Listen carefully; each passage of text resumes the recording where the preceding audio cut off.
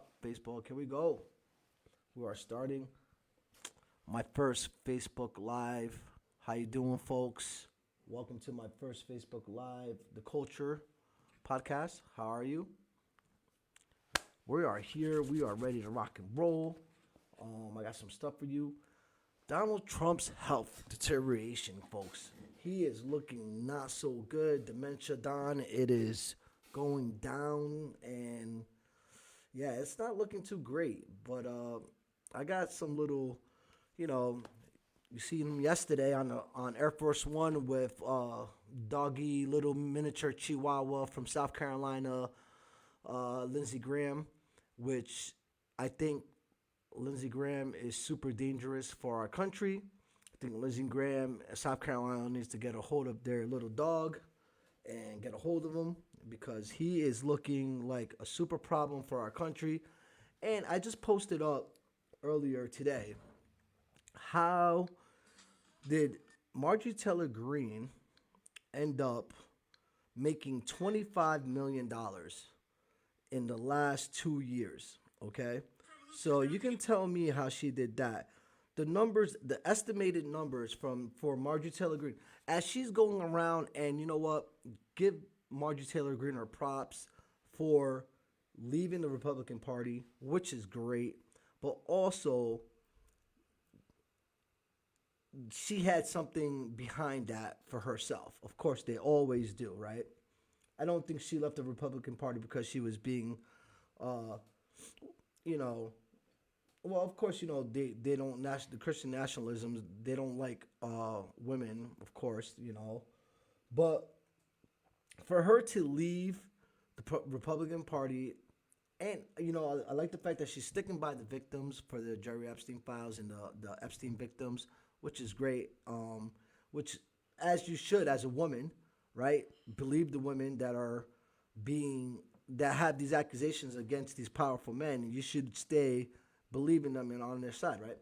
But the fact of the matter that nobody's talking about, which pisses me off the fucking most, is that this lady, in her regular businesses 2 years ago, in 2019, she was only worth $1 million. That's it. The next year, in 2020, she was worth about $1.2 million. And I know her family had a business, and I guess her mom left her some like $1 million or whatever. But tell me how this works, okay, guys? From 22 to 24, right? She racked up $22 million. How's that work? And 22 to $25 million, according to multiple trackers. That's her net worth now. We are not talking about that. And why is that? It boggles my mind, ladies and gentlemen. I do not know why people do not look deeper into that. And people from her congressional state that she was voted, the people that voted her in, she made $19 million within 2 years. Would anybody in my town be pissed off? If I'm going to go to Congress for my constituents and fight for their rights and fight for livable wages, fight for clean water, medical health, Social Security, and all that. But meanwhile, I'm making so much money in that, and literally she made $19 million in 2 years. Does anybody got some inside information they need to tell me about? I need to know about that. That's the same inside information she got going on right now because, bro, that it does not make sense to me. But nobody's talking about it. The press is not talking about certain things. Mainstream media doesn't talk about a lot of things that are really going on behind the scenes here, and it just boggles my mind. But getting back to the dementia Don and his dementia, it's off the hook, folks. So let me get my earbuds on so I can hear what's going on. Get myself set up here for you guys. And I got a whole bunch of stuff that we're going through today. So I want you guys to be, let me know. Make sure you guys are leaving a like and a follow, and making sure you guys are supporting the podcast if you can, please. We work hard. We try to bring you guys a whole lot of information on what's going on with the times and what's trending. And soon enough, we're going to be home in New York in a new studio, so I'm super excited about that. It's going to be a lot of fun. Getting back to the Berkeley studio, it's a little bit more. It's like a lounge studio. It's pretty nice, pretty chill. But let's go check out my man here, and let's look at Demetrius Don's health within the last 24 hours, which it looks pretty not okay. So let's see what we can check out here. Almost lost in the new year and the weekend of kidnapping Nicolas Maduro was a bombshell report in the Wall Street Journal, not a liberal rag by any means, about the rapid deterioration of Donald Trump's health. And by the way, he never had the MRI. Wait, what? Trump talked about the MRI 3 times? It was a CAT Caroline scan. Leavitt talked about Big the MRI difference. 3-4 times. And he never had an MRI. I'm going to explain it all to you. Big difference. This piece from the Wall Street Journal revealed that Donald Trump often ignores what his doctors tell him. He knows more, he says, and that basically genetics are going to determine how long and how healthy he's going to live. And to be honest, there is a little bit of truth in that. Like, much of health is determined by genetics, and then lifestyle kind of layers on top of that, environment layers on top of that. Trump is probably only alive because of that. And I don't think Trump understands the degree to which genetics is saving him. An obese 79-year-old who doesn't exercise and eats 2,000-calorie meals, not a day, 2,000-calorie meals of fast food, probably would be dead already were it not for his genetics. But a few of the things we learned from this Wall Street Journal piece. Trump at one point, because of the swollen ankles, did try wearing compression stockings, but I guess it wasn't working particularly well, so he abandoned that. The article mentions Trump's struggles to stay awake, which I think is a generous way to describe it. I would call it Trump regularly falling asleep in public and jerking awake sometimes. But they describe Trump's struggles to stay awake. And Trump says that he doesn't fall asleep. Sometimes he just closes his eyes. We'll get back to that. Trump also said during this interview with the Wall Street Journal about his health that he doesn't have any hearing issue whatsoever, even though Trump is regularly asking for questions to be repeated, sometimes a second time, sometimes a third time. Here is just one example. This one, he needed Melania to come in and bail him out. He had no clue what he was being asked. Thank you, Mr. President. I have 2 questions for you. First, after your phone call with Ukrainian President Zelensky today, do you plan to speak with Russia's President Putin in the near future? What? If he was president. Here is Melania interpreting. I will be. Yeah, I will be. We're having a very good... All right. So anyway, it seems obvious Trump is having a hearing issue. Not a huge deal. We can deal with that. He's almost 80, but he's got to go, nope, my hearing is absolutely perfect. Then we get to the incredible revelation. After months of talking about Donald Trump's MRI, what was it for? When was it done? What were the results? The White House weighing in on Trump's MRI. Trump never had an MRI. All of this time, it was a CAT scan. Trump is explaining it, and the White House is explaining it, and they're releasing summaries. By the way, back when they released the results of the MRI, and I said, these are not results. This is like a paragraph summary from a doctor. We want the actual results, the document from a radiologist. Had we gotten that, we would have immediately known it was a CAT scan, not an MRI. Right. Now, the CAT scan is faster. There are a number of different reasons. You would do an MRI versus a CAT scan. Depends what you're looking at, depends why. The CAT scan does explain a couple of things. The timeline for Trump's visit to Walter Reed, where he had a full workup and an MRI and cognitive test and all this stuff.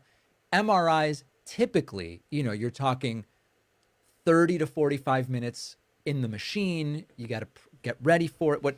It wasn't really adding up. The CAT scan is fast. So the CAT scan actually clarifies how was it that Trump did so much stuff, even though he was only at Walter Reed total for a couple of hours.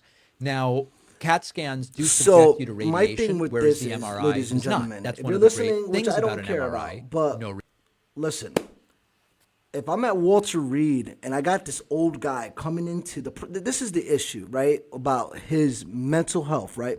And the reason why I'm talking about this today and I'm starting off with this because I at one point I worked as a CNA. For those who don't know what a CNA is a certified nurse assistant.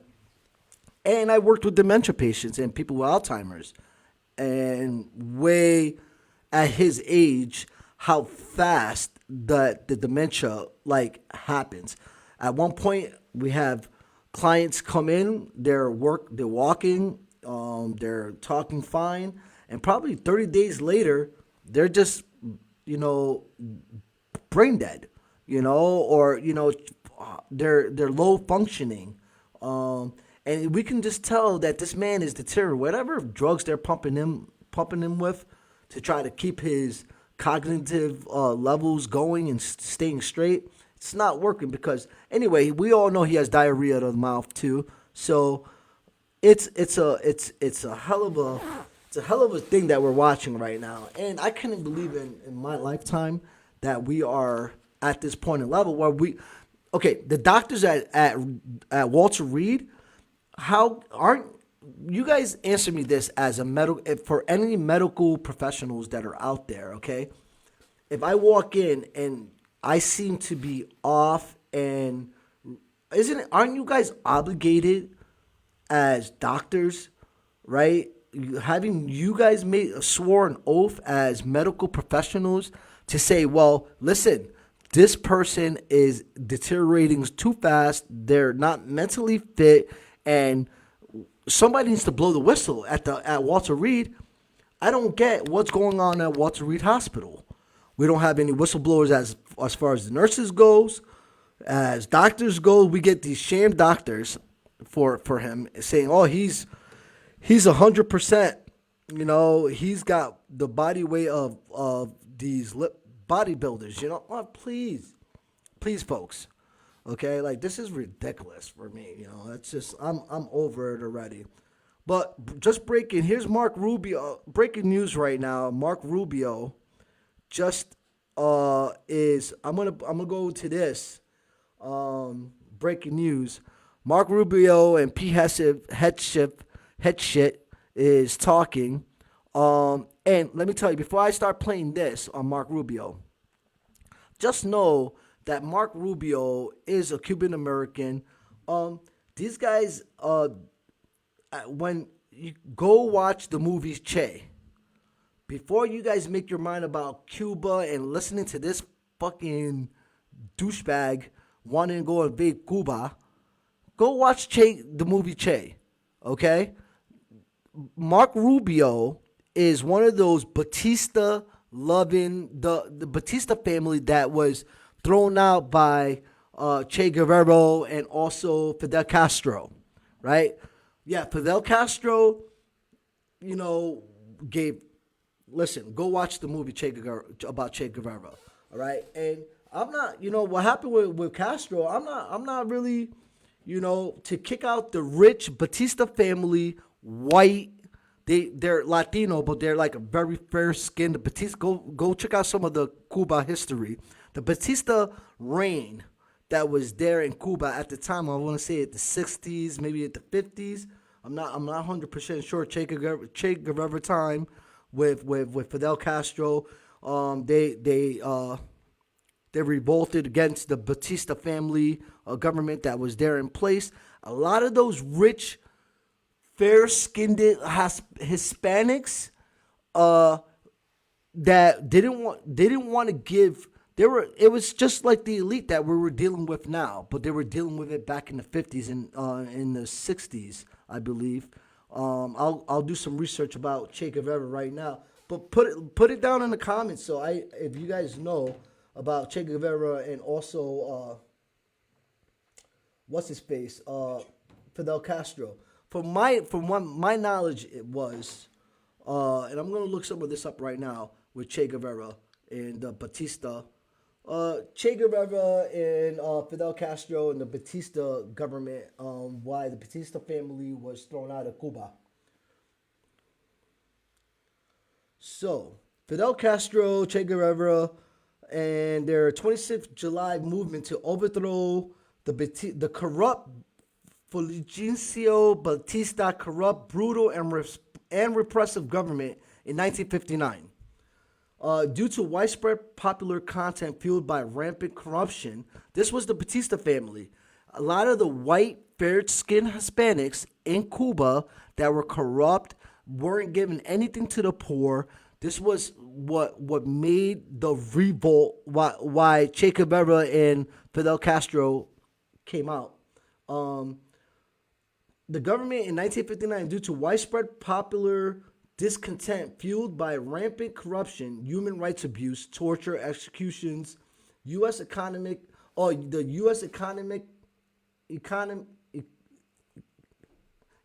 exploration, and Batista failure to improve the most Cuban lives, which he failed. This is on, you can go research. The Batista family failed, okay, to bring, to improve Cuban lives, okay? Leading up to the guerrilla war and eventually the collapse of his regime, causing him to flee Cuba, right? Causing him to flee Cuba and go to exile in America, okay? Batista coup, okay? So when he fled to America, a lot of fair-skinned Hispanics, your boy here, Mark Rubio's family and descendants, fled Cuba and came to America. This is, I don't know if you guys remember the little boy, what was his name? That his father took him to Miami, and it was a big deal that he had to get released back to Cuba. There was this big ordeal with the Ilian. You guys remember? I don't know if you guys remember Ilian, the little boy that was escaped Cuba, and they found him on a raft, and his family brought it back to Miami. And then Ilian's family in Cuba, his father wanted him back in Cuba, so the government and the military had to get Ilian out of his house in Miami and then back to Cuba. That's just part of our Cuba experience here in America, right?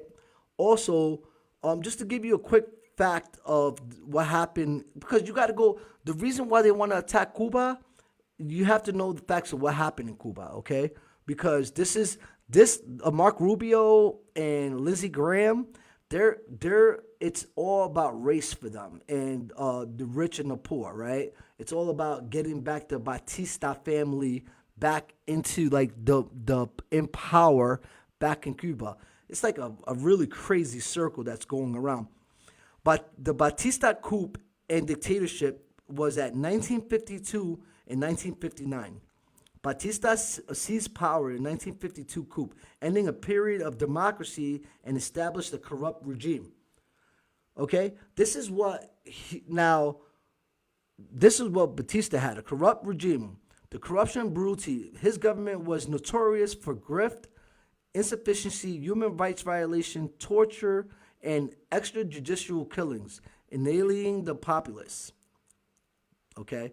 Economic discontent. Americans' interests controlled much of Cuba's economy, especially sugar, land exploitation, dependency, unemployment, and which fueled anti-imperialist sentiment. Anything sounds familiar? Does this sound like this? All this is gonna sound familiar because this is all the bullshit that we're doing to all these other countries: Greenland, Cuba, everything else.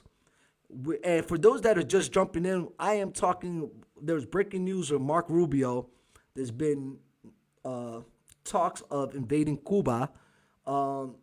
There's been Lindsey Graham on Air Force One was talking about invading Cuba.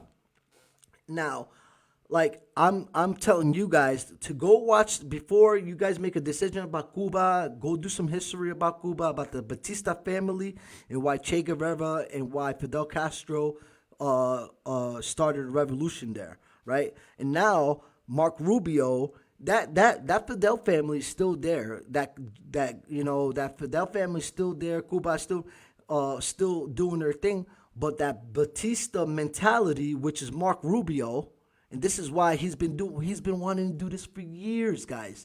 Mark Rubio been wanting, like, in his family, all the Cubans that left Cuba and went to Miami were all the Cubans with money, right?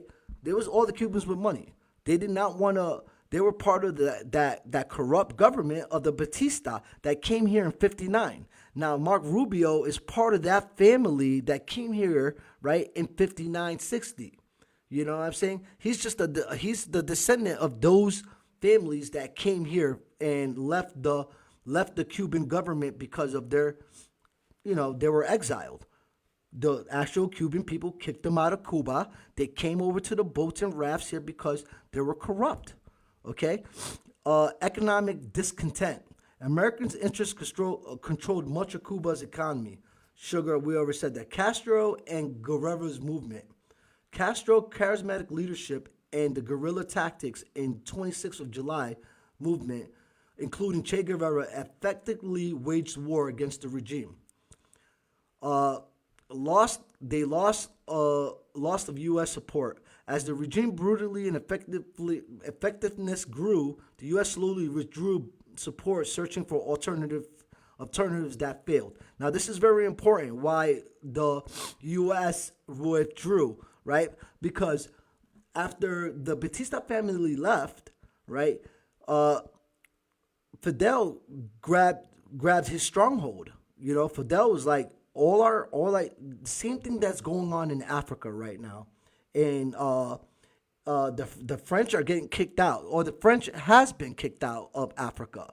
So now they're right now, if you go look at France, they're $3 trillion in national debt. They're broke. They don't have no more money because the African countries that they were a part of said, you're done. No more. We're keeping our riches, our metals, our stuff for ourselves, right? So after Cuba lost U.S. support, the only reason why Cuba lost support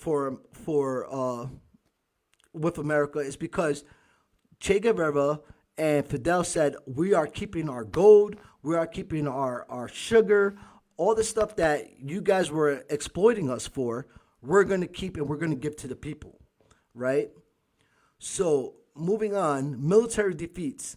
Key rebel victories for Che Guevara and Fidel Castro. Che Guevara captured of Santa Clara in the late 1958 broke Batista's army morale and effectiveness.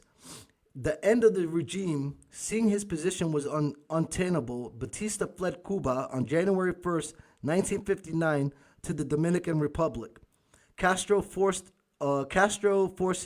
entered Havana unopposed, they later establishing a new government, ultimately leading Castro's rise to prime minister.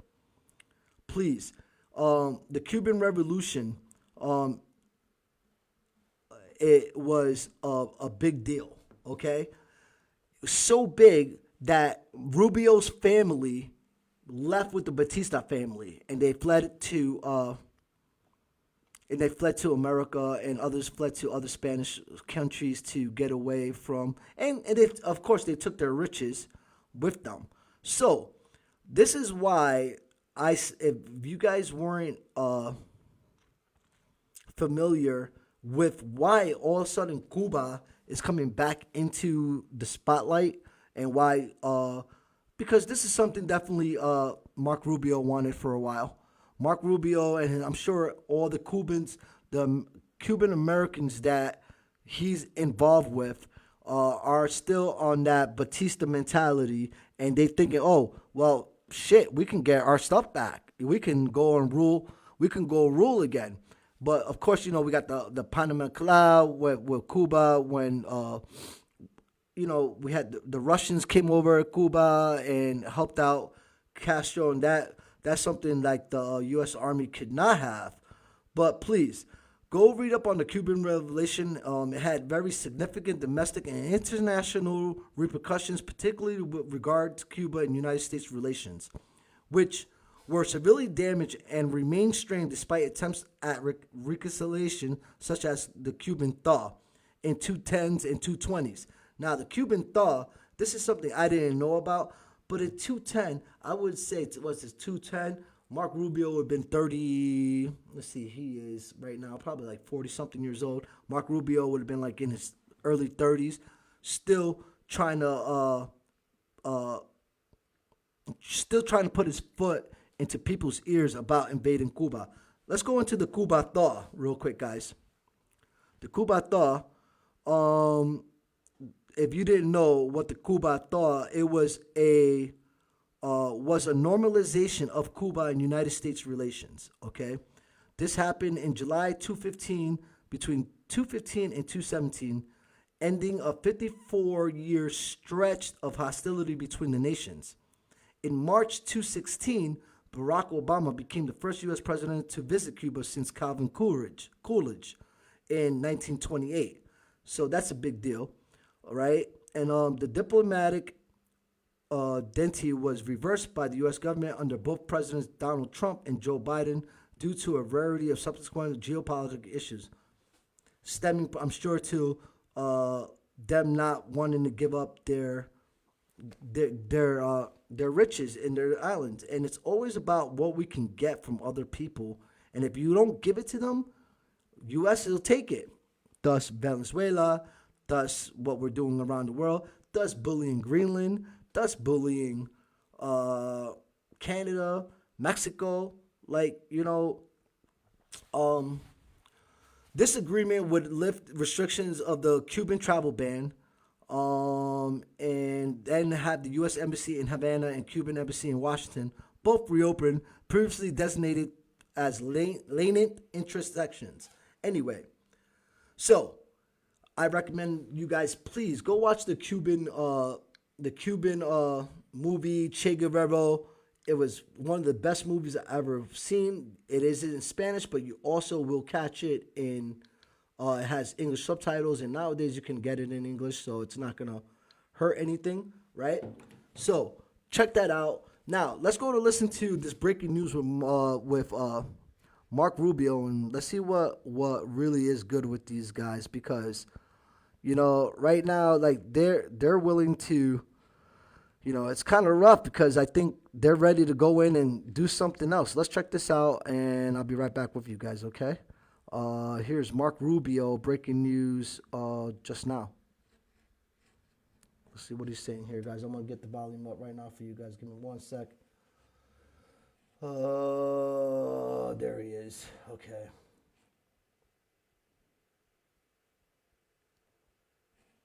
We should be able to hear him now. No? Give me 1 second. I will put that back on in a second for you guys. Give me one moment. Let me fix this up. I'm not sure why we can't hear him. Not that we really need to listen to this guy, but like I said, while I'm fixing this up, guys, to listen to what Mr. Rubio is saying right now, I need you guys to please check out Che Guevara, the movie. It was one of the best movies I've ever seen.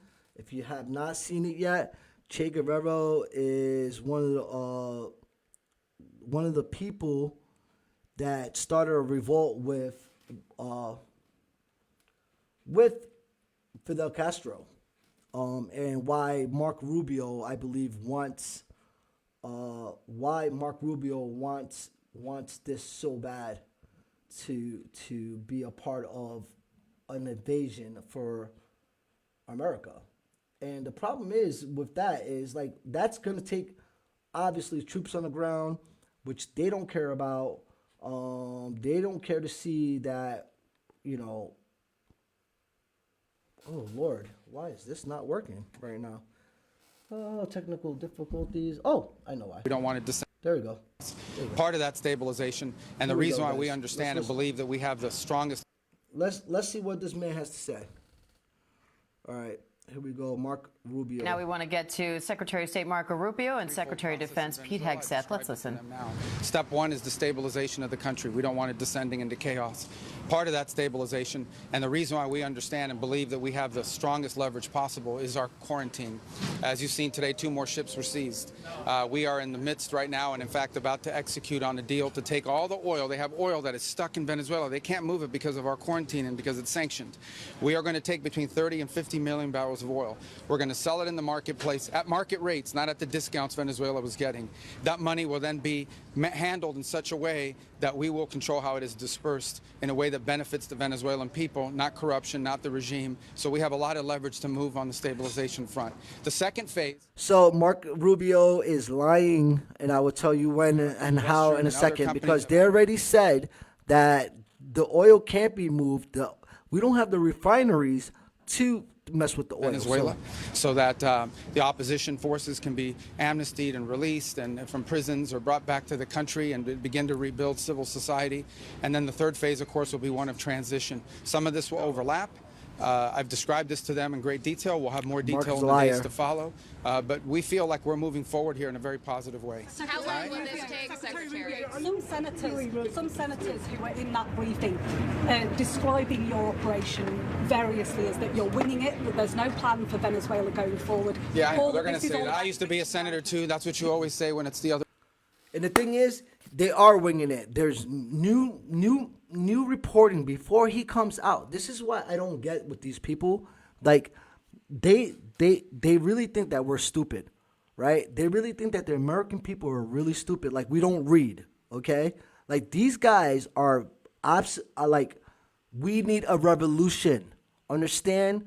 We need a revolution, guys. France is already on the streets, okay? France is in the streets. People are standing up around, and they got less going on than us.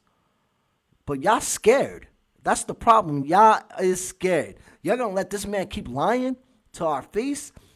The reports came out at 6. All right, it's 8 p.m. where I am now, right, in Poland. So 6 hours ago, the reports came out, which I was up, and I'm up in the morning 6 hours ago. I'm up catching you guys' morning news. Already reported that there's no way for them, there's no refineries, there's no way we're going to manufacture. The oil company says no. All the oil companies in America don't want to touch this shit. Okay? And he's like, oh, I used to be a senator. They're going to talk this blah, blah, blah. No. Oil companies already said no. Right? You already seized 2 other ships that were Chinese. The 3 ships that you guys, that they seized, these shitheads took prior to this, they were Chinese, right? So whatever, I'm sure they called Xi Jinping and it's like, yo, we got your shit. We're about to, we'll give it to you. We just want to make a good look for our media. But don't worry, we'll get your shit back to you. Who's going to sell it to? First of all, who are these buyers that want to buy stolen oil from Venezuela?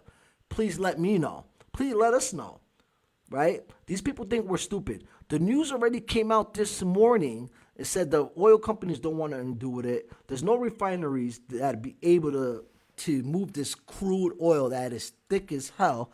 You know, it's very complex, very, very thick oil that there's no, it takes billions of dollars. At least, I think the estimation was it'll take about $200 billion.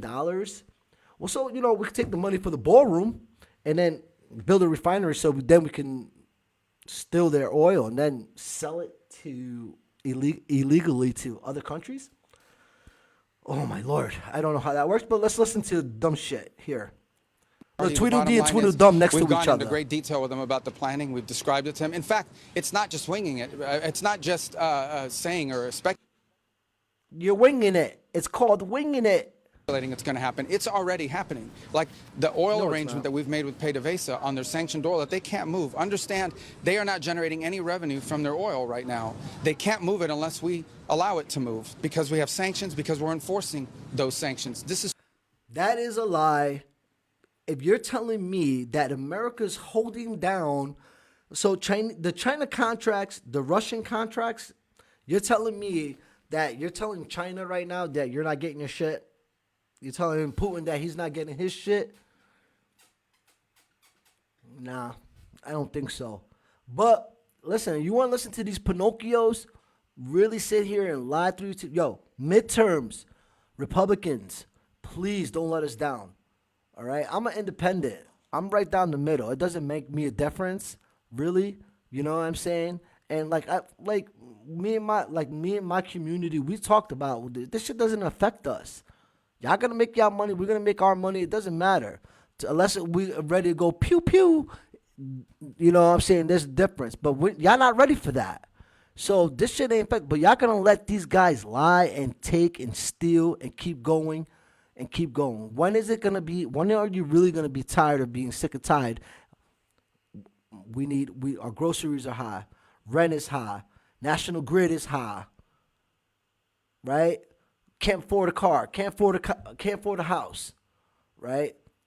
My kid is 26 years old, struggling to look for a job. Trust me, my wallet's feeling it. My family's wallet's feeling it because, it's tough. It's tough out there. And then you got these fags keep listening. I mean, excuse my language, y'all. I didn't mean that. But you got these guys, these dweebs. It's crazy to me.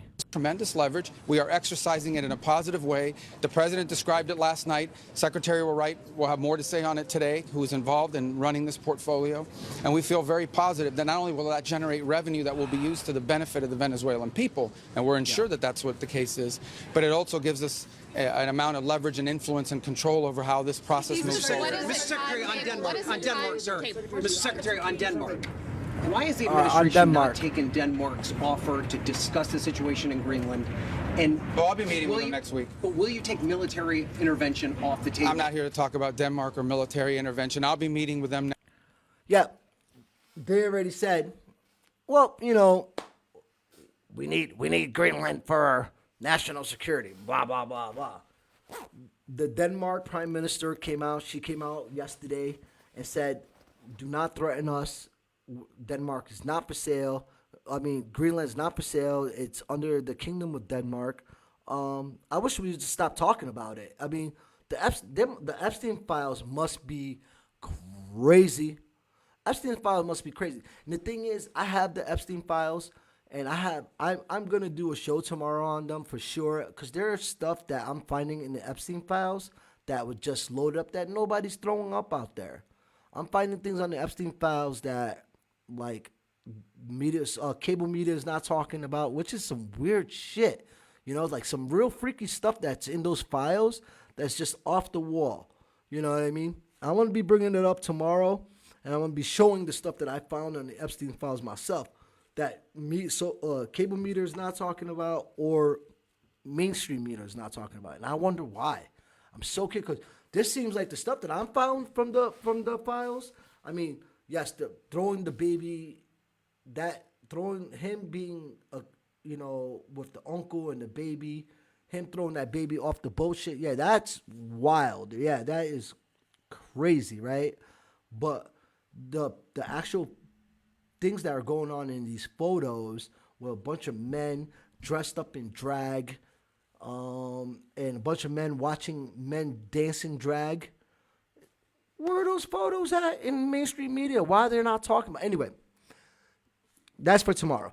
Let's get back to Greenland and what Dweeb 1 and Dweeb 2 on the second side of them are going to be talking about after what Greenland Prime Minister said.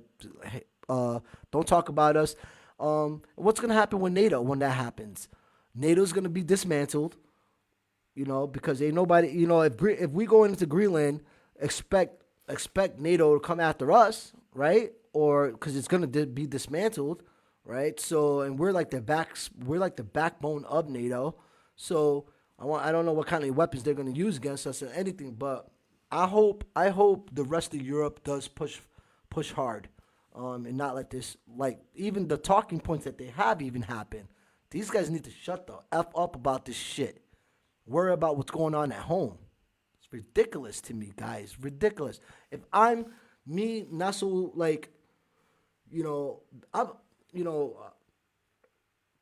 geopolitics with economics was definitely never my strong point, but as I got older, like this has been like so important for me to educate myself on and talk about. But these guys are ridiculous. I've never seen hardcore liars like the way I see our politics in our time is now. It's ridiculous. This week we'll have those conversations with them then, and but I'm not having anything further to add to that today. Can you clarify your comments to lawmakers? Does the U.S. intend to buy Greenland? Does the U.S. intend to buy Greenland? Can you clarify your comments to lawmakers this week? Well, that's always been the president's intent from the very beginning. He said it very early on. I mean, this is not new. He talked about it in his first term, and he's not the first U.S. president that has examined or looked at how could we acquire Greenland. There's an interest there, but so I just reminded them of the fact. I think this is the first time. I'm gonna fact check that right now for you guys. And not only did Truman want to do it, but President Trump's been talking about this since his first term. The White House put out a statement last night saying that the military option is on the table. Lost a lot of weight. Thank you, Mr. Secretary. They said the military option is on the table. So is the administration really willing to risk the NATO alliance by potentially moving ahead with military operations? What I think the White House said yesterday is what I will tell you now, and I've always said. The president always retained the option. Every president, not this president, every president always retains the option. I'm not talking about Greenland. I'm just talking about globally. If the president identifies a threat to the national security of the United States, every president retains the option to address it through military means. As a diplomat, which is what I am now, and what we work on, we always prefer to settle it in different ways. That included in Venezuela. We tried repeedily to reach an outcome here that did not involve having to go in and grab an indicted drug trafficker. I'm curious about this. Has any other U.S. president tried to acquire Greenland by force or by just persuasion?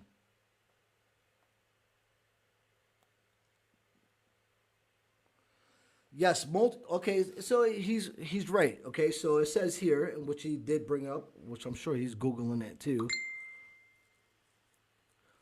Yes, multiple U.S. presidents, notably Harry S. Truman, tried to acquire Greenland through persuasion and negotiations, like just like I said, not through force, not through threatening. I'm sure diplomatically, like we're supposed to be doing, but even so. It's ridiculous because it's a fucking piece of Denmark, yeah?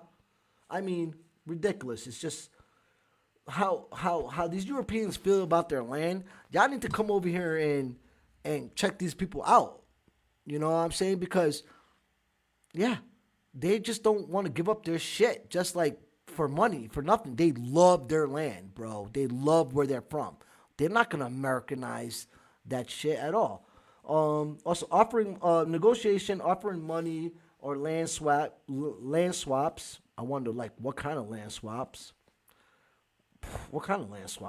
While more recently, Donald Trump has renewed the efforts of public interest through threats of force and also been mentioned, causing significant international backlash. Others earlier discussion occurred in the late 1800s and 1900s, but these post-World War II and Trump-era efforts are most documented attempts to purchase or annex the territory of Denmark. Yeah, there's recent attempts, public interest. There really isn't buying Greenland. None of the Greenlanders, Greenland is autonomous territory, Kingdom Denmark. They're not interested in being Americanized. So, fucking waste of time, more waste of taxpayer money traveling there. And let's just keep paying these fuckers. Let's just keep doing it. Those were unsuccessful, unfortunately. The people of Venezuela are waking up to the same regime. Do you not worry about that? Well, first of all, the bottom line is that there is a process now in place where we have tremendous control and leverage over what those interim authorities are doing and are able to do. But obviously, this will be a process of transition. In the end, it will be up to the Venezuelan people to transform their country. We are prepared under the right conditions, using the leverage that we have, which includes the fact that they cannot move any oil unless we allow them to move it to. Well, again, I'm not going to give you a timeline on it. We want it to move as soon as possible. But you're going to give China their oil that they paid for, and you're going to give Russia their oil that they paid for. Guarantee it. This is horseshit. And who are they? Hey, Google, who would America sell Venezuelan oil to? U.S. will control Venezuela? Who are the top buyers for Venezuelan oil from USA? The top buyers. Top buyers of crude oil in the top buyers of Venezuelan crude oil in the news. Here we go. The top buyers will be, guys. So these are the top buyers that I would say about 90% of all crude oil from Venezuela last year headed to the U.S. Gulf Coast, and remaining 10% went to the East Coast. So Refiner Valero Energy, VLON, volume 95,000 barrels of gallon in barrels per gallon, 95,000 barrels. Chevron USA, 47 barrels. Paulsbury Refinery, 30,000 barrels. Phillips 66, 23,000 barrels. So we have a total of ExxonMobil, Houston Refinery, Repost Trading USA, a total of 217,213 barrels of oil that is produced for us yearly here. So we are, Now, for any of these refineries, they're not going to build in Venezuela, that's for sure. So and like we said, the Venezuelan government is still in charge. So this guy's just talking out his ass, really. We didn't expect this it's been 3 days since this happened, 4 days since this happened. So I understand that in this cycle and society we now live in, everyone wants instant outcomes. They want it to happen overnight. It's not going to work that way. But we're already seeing progress. With this new deal that's been announced and more deals to follow, you're already seeing how the leverage the United States has over those interim authorities is going to begin to lead to positive outcomes. This does cost American taxpayers. How long should it doesn't American cost public? It doesn't cost us. This is a lie. This is a lie, guys. The question that he's being asked right now pay attention. If you don't fucking listen to politics, that's fine, right? But listen to the question that the reporter, thank God that they asked this fucking question, okay? He just asked, how much is this going to cost the fucking American people? I don't know. They don't give a fuck, okay? He doesn't know. He should have being fucking secretary of whatever the fuck he is, and they should know the numbers of how much this is going to cost us. But you know what? They want us to go find out for ourselves because he's not going to fucking tell you. Well, it's not going to cost us any money. For example, this oil deal that's happening doesn't cost us any money. On the contrary. It's free for us. Oh, we're getting free shit. Wow, we're getting free stuff. It doesn't cost the American payers nothing. Yo, and if you believe that, I got something to sell you, for sure. Okay, America? If you believe that, my Facebook people, I got something to sell you. If it opens up, no money to look, I don't have the numbers. What operation are you talking about? The entire thing? Yeah. Well, these troops are going to be deployed. None of these troops sit in a dry dock waiting for action. They're deployed somewhere in the world. If they're not here, they're somewhere else. Just today, our forces not deployed to the Caribbean seized a boat, a sanctioned boat tied to the IRGC that tried to flee from us. That happened somewhere else. We are constantly involved in action. We have boats in the Mediterranean. We have ships in the Middle East. We have ships in the Indo-Pacific. These ships, if they weren't in the Caribbean, they'd be somewhere else conducting activity. Yeah. That's what the Navy does. Yeah. I want to emphasize that. Question from CNN. The question's never asked how much does it cost when they're in the Mediterranean or the Red Sea or the Indian Ocean or the Pacific. But now that they're in our hemisphere on a counter-cartel mission or ensuring that an indicted individual comes to justice, now you're asking the question of cost. It's a disingenuous question to begin with. You're trying to find any angle possible to undermine the success of one of the most historic military. Oh my God, dude. First of all, he wanted to jump in because he was getting the press points because him being a news anchor, he knows when the questions are going to get hot and where he can deflect. And this Secretary of Shit right here is one of the biggest pieces of shit in our country. And he needs to go to jail. These guys all need to be impeached. And I hope when these midterm comes that we're all doing the right thing. Because this shit show it's enough of this clown show, right? We have pedophiles, rapists, murderers, liars. and then you guys want to invoke the name of Jesus Christ, MAGA, all you MAGA maggots that claim to be followers of Christ, right?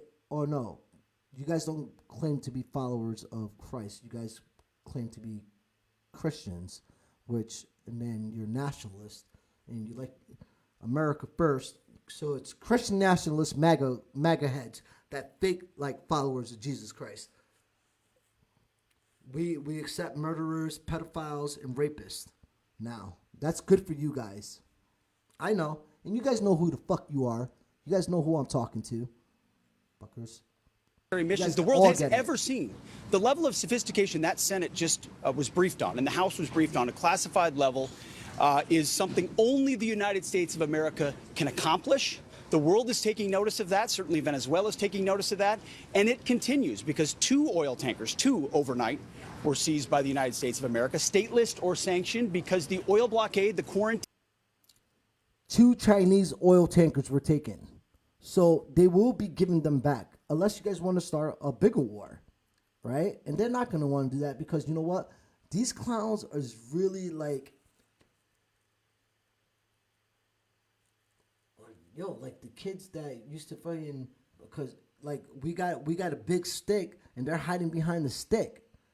Clowns, dude, clowns. I mean, I never seen more punks in my life, bro. Seriously. Of oil out of unsanctioned or sanctioned or stateless vessels continues. That leverage will continue as Secretary Rubio outlined. So our military is prepared to continue this. As he said, the president, when he speaks, he means it. He's not messing around. We are an administration of action to advance our interests, and that is on full display. We're happy to brief the House and the Senate. No. 2 quick things. Okay, number one, because we have to go, because we got to brief the House, and if we don't and they're pissed at us, you guys better defend us. That was because we were talking to you.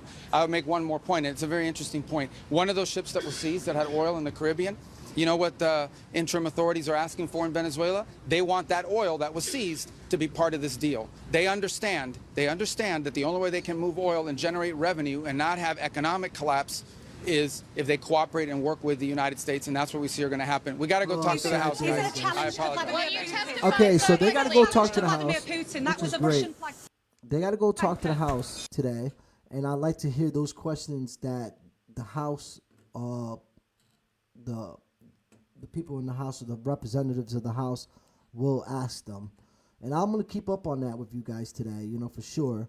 And I'm sure it's going to be broadcast at some point at U.S. time. It's not 8:30 p.m. here in Warsaw, Poland. I am Jabes Prado. Welcome to the Culture, guys. If you're just tuning in, we are catching up with what's going on with breaking news in America.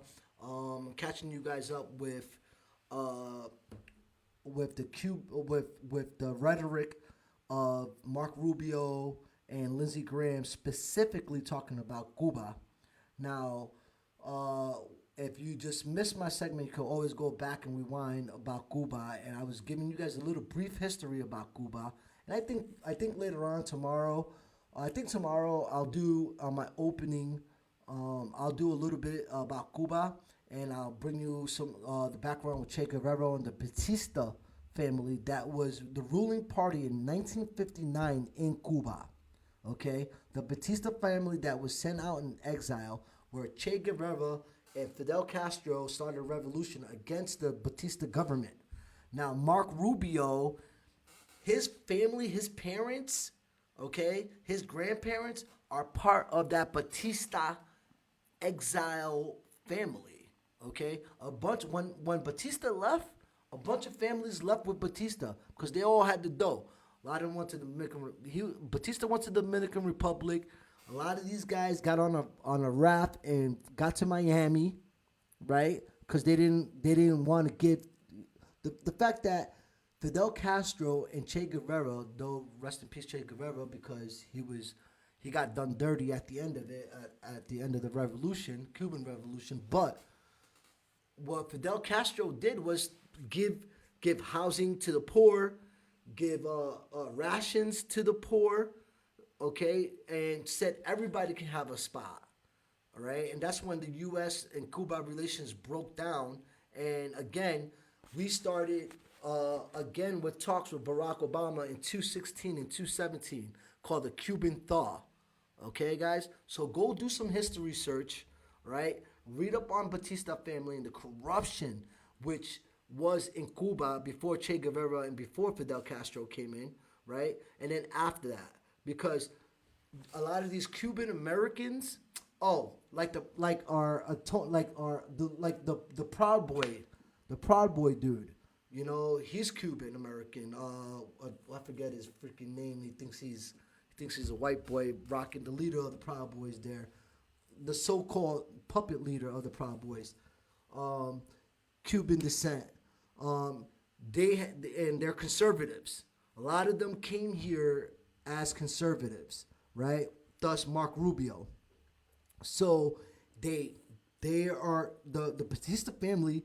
And like I read, if you go back, I read a little bit about Batista, corruption, killings of his people, not giving any, like, just a shit leader, right?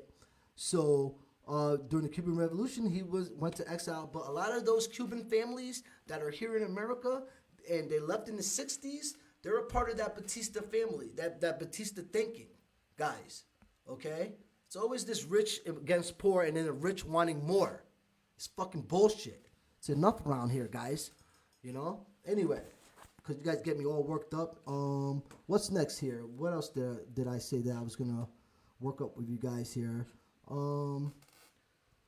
We have right now also coming up is we cover Venezuela. We're gonna have the house being covered right now because Pete Hegseth and Mark Rubio are on their way to the House right now, and they're on their way to speak about what's going on with Venezuela. So I'm gonna be watching that very close and tightly to see what they have to say about what's going on, which is all going to be more lies, more bullshit, and it's just stressful to hear so many inconsistencies with this government, right? So, okay, up next here, I just want to keep going. We're 57 minutes in, guys, and I just wanted to talk about the devil that's in the details. Steve Punk Miller. Steve Rat Miller, man. Steve Miller. This guy.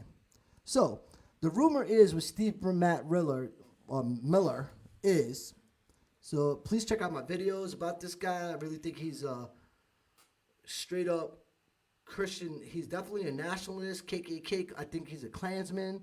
I think he's evil for our country. There's nothing good about this man at all. I hate giving him airtime and listen to this guy talk, but it's important that I at least play something about him because, I mean, this is just so make you guys aware of this. He's a. You can just tell he's one of the dudes that wasn't getting and it's known. Okay, all this stuff is known about Steve Miller. Like, he was getting dropped by the Latina girls in high school. He was a very hateful dude in school. Nobody really liked him. His cousin has come out and talked against him and said he was always a dweeb, right? But what I don't get that about Steve Miller is that he came from a liberal family. His families were liberal. And I don't know how he turned coat. You know what I'm saying? From people that I've researched and spoke and listened to and studied, researching who these people are in our Congress and stuff like that, and or him being director of staff of the White House and the one that's designing all this bullshit that we're seeing in our country right now, that this is the little man that's doing it. It's kind of shocking to me, really, you know, like the you can just tell and see in his face of like somebody somebody did something bad to this dude where he's just angry, just so mad, mad at life, hating brown people, anybody that don't look like him. This man is a Klansman. Okay, people, I just want you have to know Steve Miller is a Klansman with a suit on. Simple as that. And if you don't like what I have to say about that, then fuck you, because that's the truth. And everybody knows it. So, kurwa that. How that's what they would say in Poland. The kurwa bullshit. All right? This guy's a Klansman. Him and his wife are trolling Greenland. Yesterday, his wife had posted up a picture of Greenland, and having the flag covered Greenland all through it, which is, I feel like it's so fucking disrespectful. But his wife is on her 4th child. There's kind of some funky rumors with Steve Miller and his wife. She is leaving her podcast to go work for Elon. And she's 9 months pregnant. And they said that she was working with Elon 9 months ago, and she wasn't knocked up. And then she got to do a podcast, announced this baby, and now is going back to work. Announced this baby and now going back to work for Elon. We all know Elon just lays up in everything, right? His ketamine, drug addict ass. When did we... That's a whole nother thing. These dudes are high on ketamine. Palantir, the leader of Palantir, Peter Thiel, Elon Musk. Them three. The main three that has to do with our U.S. government and a lot of money with our U.S. government are all drug addicts. We have big money drug addicts. The Palantir leader is also a Zionist. Peter Thiel is thinking that the Antichrist is coming and is trying to have AI superiority. Who else did I say? Elon is off his fucking rocker. Doge. What happened to the Doge, people? Oh, he's saving us so much money. But Doge cost us more money than they saved us just keeping them in operation. Anyway, let's listen to Stephen Dweeb Miller and listen to this bullshit that this man has to say. On another important topic, the premier of Greenland and the premier of Denmark and other Danish officials are responding to a Twitter post from your wife, Katie Miller, herself a former Trump White House official, showing Greenland covered with an American flag, saying soon. After that was posted, President Trump repeated the claim that the U.S. needs Greenland for national security reasons. The Danish prime minister responded to this in an interview earlier today, as reported by Bloomberg, quote, "I believe one should take the American president seriously when he says that he wants Greenland, but I will also make it clear that if the U.S. chooses to attack another NATO country militarily, then everything stops, including NATO, and thus the security that has been established since the end of the Second World War." Can you rule out that the U.S. is ever going to try to take Greenland by force? Well, let me go back a step. The president has been clear for months now, so I know you're treating this as breaking news. The president has been clear for months now that the United States should be the nation that has Greenland as part of our overall security apparatus. The United right, States, but your wife posted that like hours after the Venezuela operation. No, but that's why it's newly relevant. No, I'm not, and I'll talk with you about it for an hour. I think it's a really important conversation. Right, they're pillow talking, and he tells her all the fucking secrets. Position. Like, our country. If you guys don't think our country is compromised by Russia, by Israel, and by y'all fools, Greenland should be part of the United States. The president has been very clear about that. That is the formal position of the U.S. government. Right, but can you say that military action against Greenland is off the table? It wouldn't be military action against Greenland. The Greenland has a population of 30,000 people, Jake. The real question is, by what right does Denmark assert control over Greenland? What is the basis of their territorial claim? What is their basis of having Greenland as a colony of Denmark? The United Yo, that's... let's just answer that question for Dweeb Miller real quick. Okay? What gives Denmark the historical claim to Greenland? let me do this for you non-historical people that don't do your history research like this freaking idiot. They have royalty claims, kingdom claims to Greenland. Denmark's historical claim to Greenland stems from its assertion of sovereignty based on earlier Norse settlements founded by Eric the Red around 985 AD. United States is only fucking... See, this is what... Like, listen, I'm not trying to, like, race bait anybody or be racial about it, but these colonial white men thinking that are pale skin, thinking about colonial taking over bullshit. This is the sickness that is wrong with white people, bro. Some of these white people. This is the sickness. This is the sickness that is coming out right here. Okay? What gives Denmark historical assertion for claims of Greenland? Motherfucker, the king of the Red Norse settlements in 985 AD. Since then, and solidified by renewed Danish-Norwegian colonization efforts in the 18th century. 18th century, which United States fucking 18th century wasn't even around, okay? We weren't even a thought in kings, whatever, in England's fucking mind, or the colonials that wanted to come and kill off all the Indians to do the same shit they're talking about to do to Greenland, okay? Particularly by missionaries. Hans Edge, leading to a formal integration onto Danish realms and eventual granting of home rules of self-government. Key historical facts. Norse settlements, late 10th century. Eric the Red established Norse colonies in Greenland, which later claimed by Norway and Denmark as Norse presence faded. Dano-Norwegian colonization, 18th century. When the Norse settlement vanished, Denmark and Norway, believing the claims to the land persist, sent Hans Edge in 1721 to reestablish contact, initiating permanent Danish presence and trade. Transfer from Norway, 1814. After the union between Denmark and Norway ended, Greenland transferred to Danish rule, becoming Danish colony. Man, 1814. So, you know, still, we're talking about it was still established in 984 AD. Okay, guys? Formal integration and autonomy. Greenland was incorporated into Denmark in 1953, gaining home rule in 1979, self-government in 2009 through Denmark, still handles defense and foreign affairs. The audacity of us.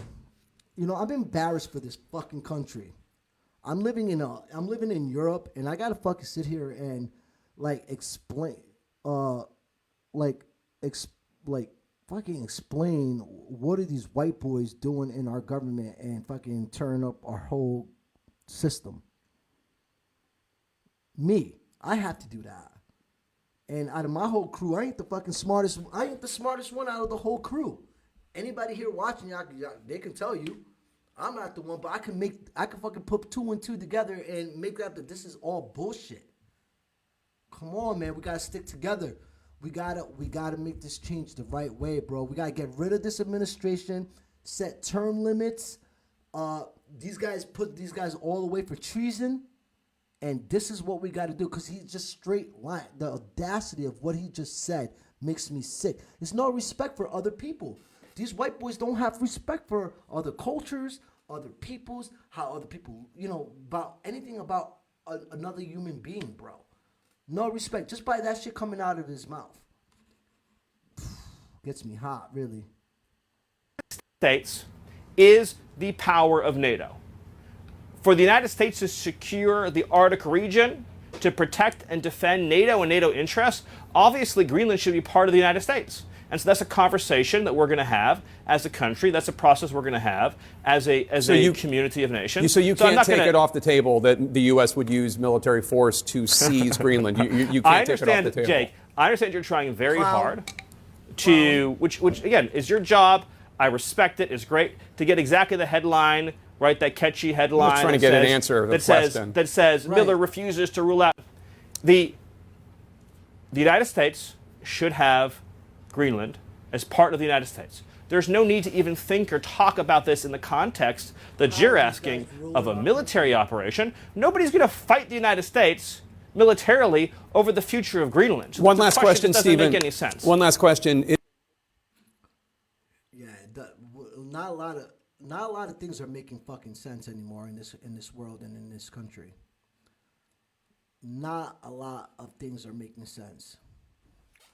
There you have it from the fucking weasel's mouth, guys. I mean, what more can you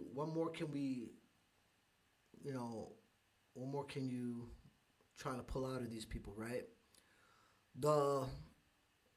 We need to really come together and figure this out, and term limits. Vote these fuckers out in the midterms, okay?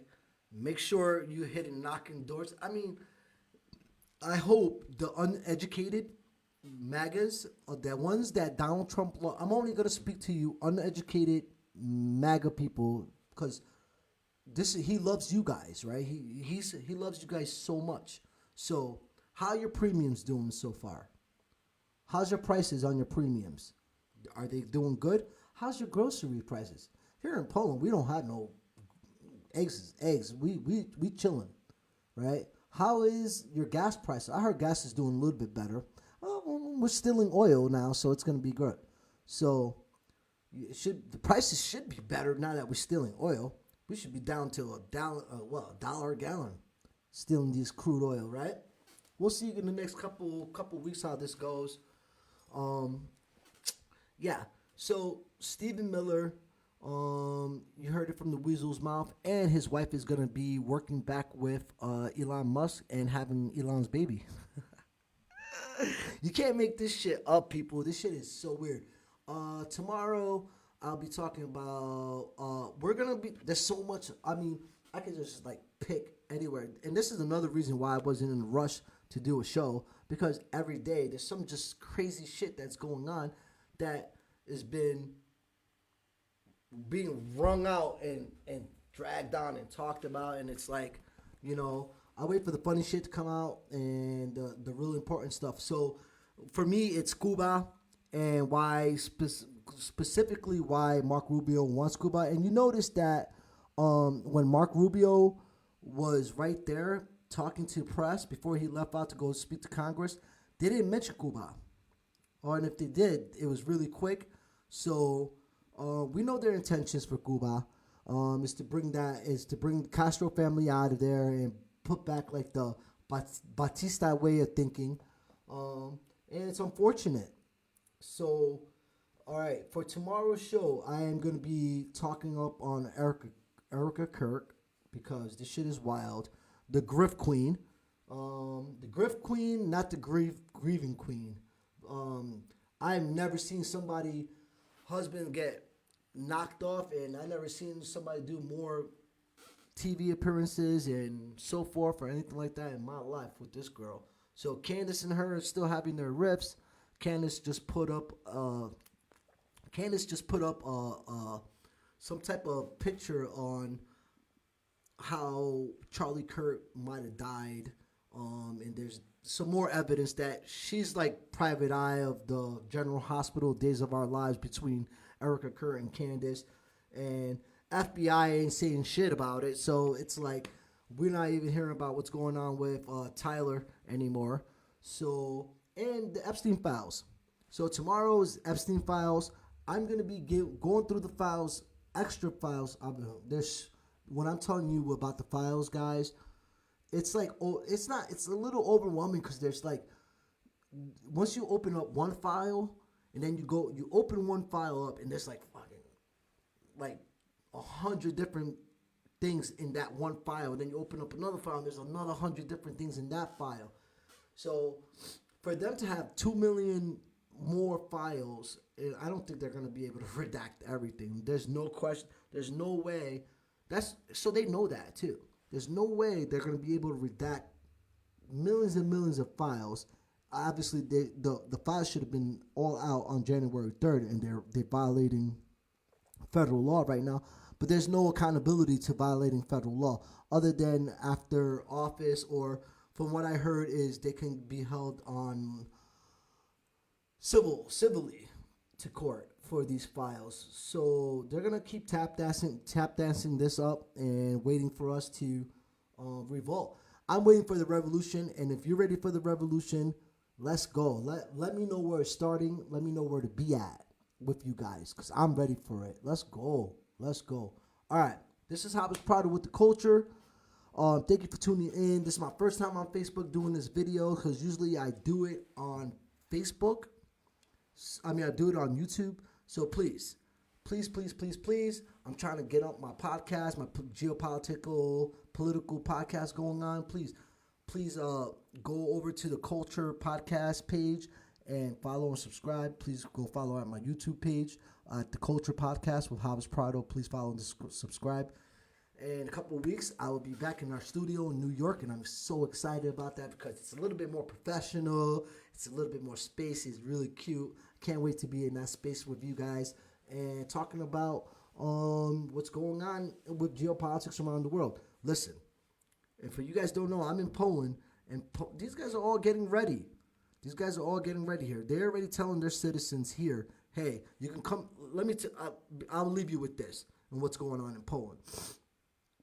Poland, right, has, first of all, I say about 3 months ago, they started letting the news to their citizens know that citizens can come to their army bases and get trained first aid and other different stuff like that. You can go to the military bases here in Poland as a citizen and get training.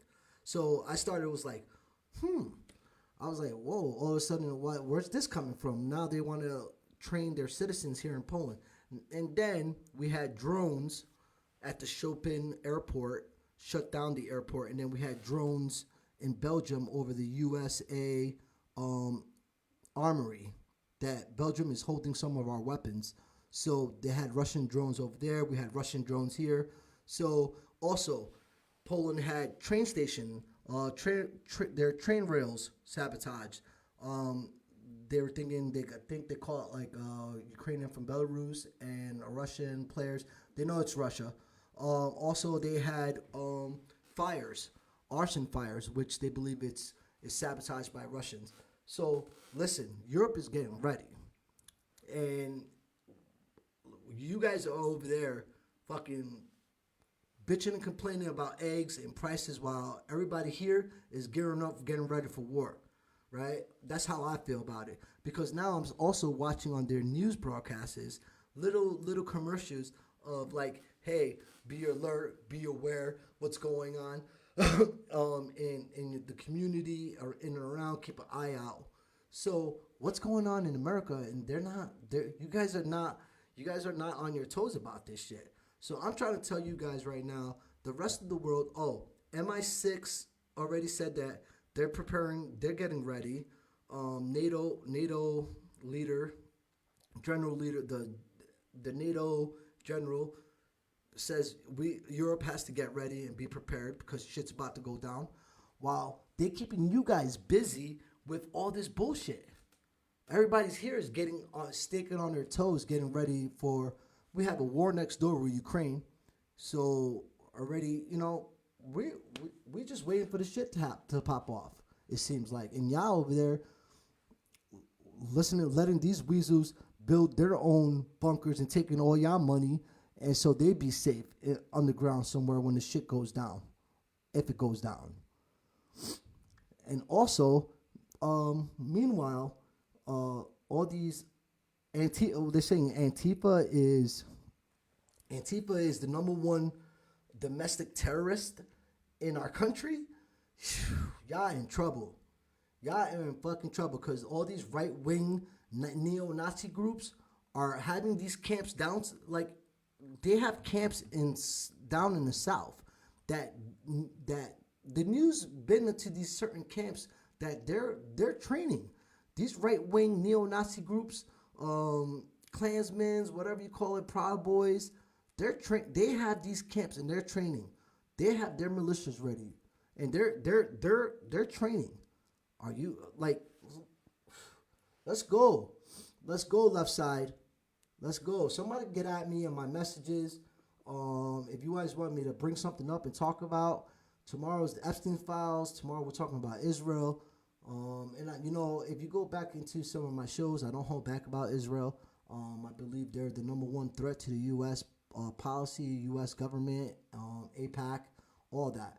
So I'll be talking a little bit about that, and I'll get some more information for you guys. Now that I know how to work with you guys here, you'll be seeing me a little bit more other than my YouTube. But please go see me on the Culture with Jabes Prado on my YouTube page. Follow me on my TikTok, on all the platforms. Please support, guys. Come on. I'm not asking for much. I'm not asking for bread. I don't ask for sponsorships or anything like that. I got about 500 followers on my TikTok, over 500 followers on my TikTok, about close to 2,000 followers here on my Facebook page. I got about 100 followers on my YouTube page. I'm trying to climb it up. Come on, support your boy. Let's go. We're doing positive things. We're trying to bring you good information, right information. Follow us here at the Culture Podcast. This is Jabes Prado. I'm signing out to tomorrow. Peace, love. You guys have a great, great night, and I hope to see you again soon, for sure. Thank you, guys. And like I said, if there's something that you want me to talk about, please let me know, and I'll be willing to do it. I am trying to find out. Oh, there's my filter page. All right, guys, this is me. I'm out of here. Sweet dreams. Good night.